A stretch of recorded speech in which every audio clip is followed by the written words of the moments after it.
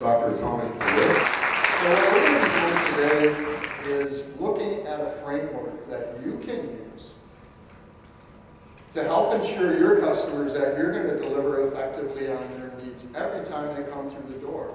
Because if you haven't already, you should set a goal for your business to turn all of your customers into loyal and committed relationship partners that are going to be apostles for your business. And maybe hopefully someday you won't need advertising. No offense. Because when was the last time you saw your most favorite and most successful restaurant advertised? They don't have to. Because your customers become your advertising. So, we're going to start by sharing a case study with you of how loyalty is created with my favorite restaurant in the whole wide world. Schmuckers.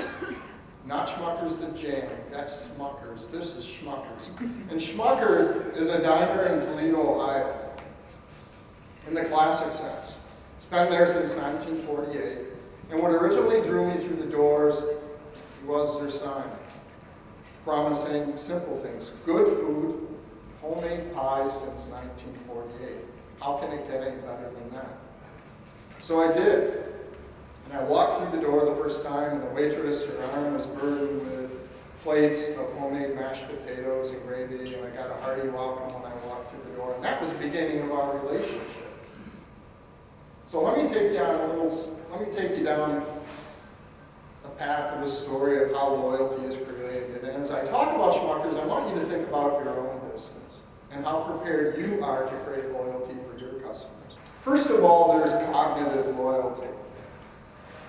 When customers come through your door for the first time, they have a certain set of criteria in mind against which they're evaluating your business. Evidently, at this time, there isn't any loyalty, right? They come in eyes wide open.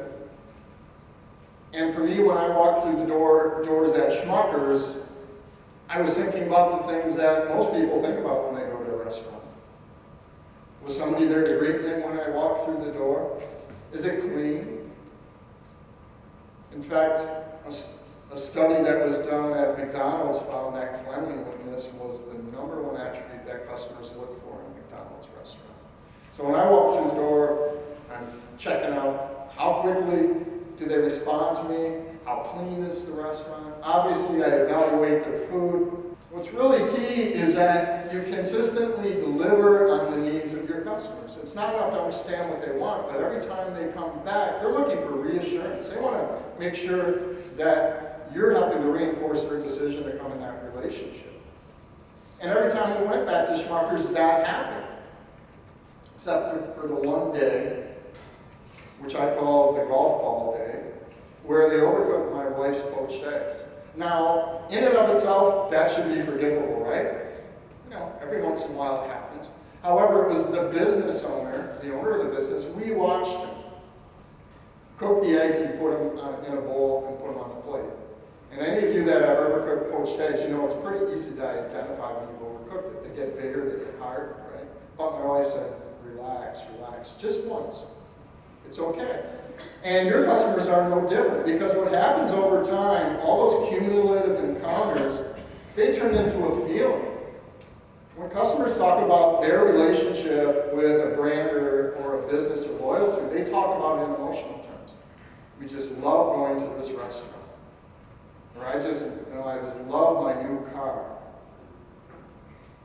In fact, if you ask them why, they have to think about it. And my wife knew that. She knew every once in a while that we were going to hit a speed bump.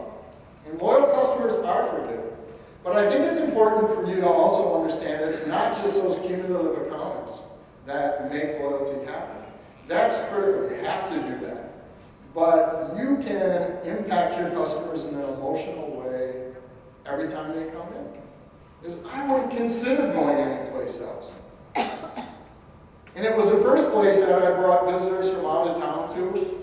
In fact, when I was teaching at the university there, I brought students there on a field trip. I talked about Schmuckers so much in class, they insisted we go there on a field trip. And that's what your most loyal customers do. They brag about your relationship.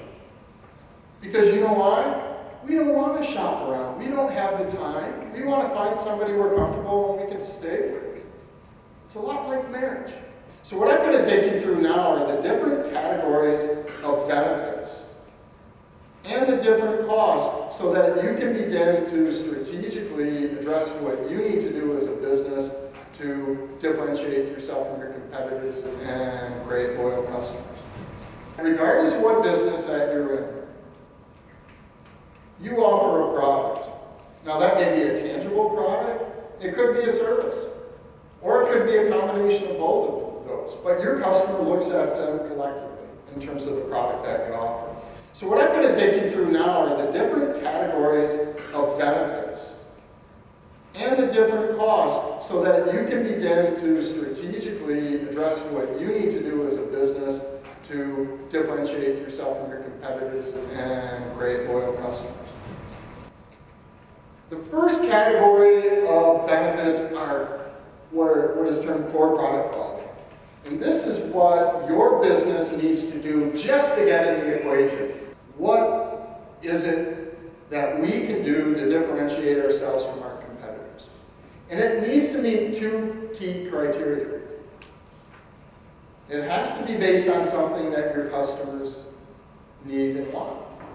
And a lot of businesses try to compete on price. But one thing that they fail to acknowledge are what are the hassles that you make your customers go through in their relationship with you?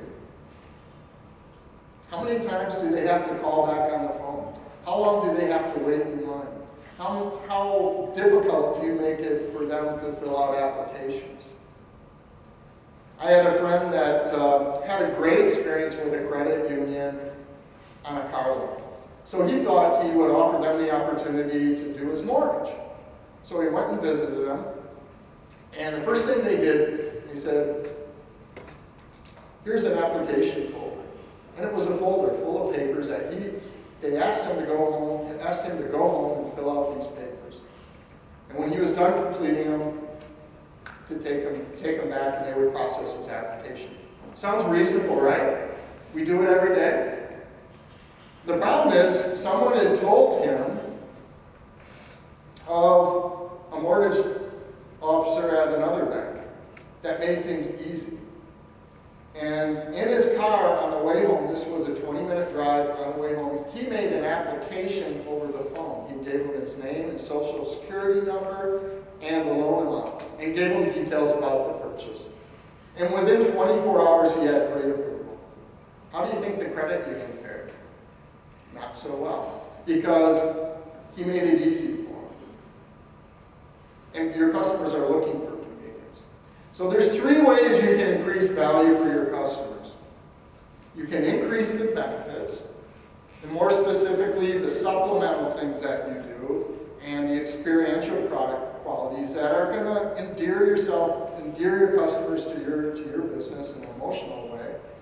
And the second thing you can do is you can lower the cost. And I'm not saying your price. Businesses are quick to lower their price. Instead, you should be focusing on how you can increase the benefits and reduce the costs. Or you can do both at the same time. You need to identify unmet needs that both you and your competitors are currently not meeting.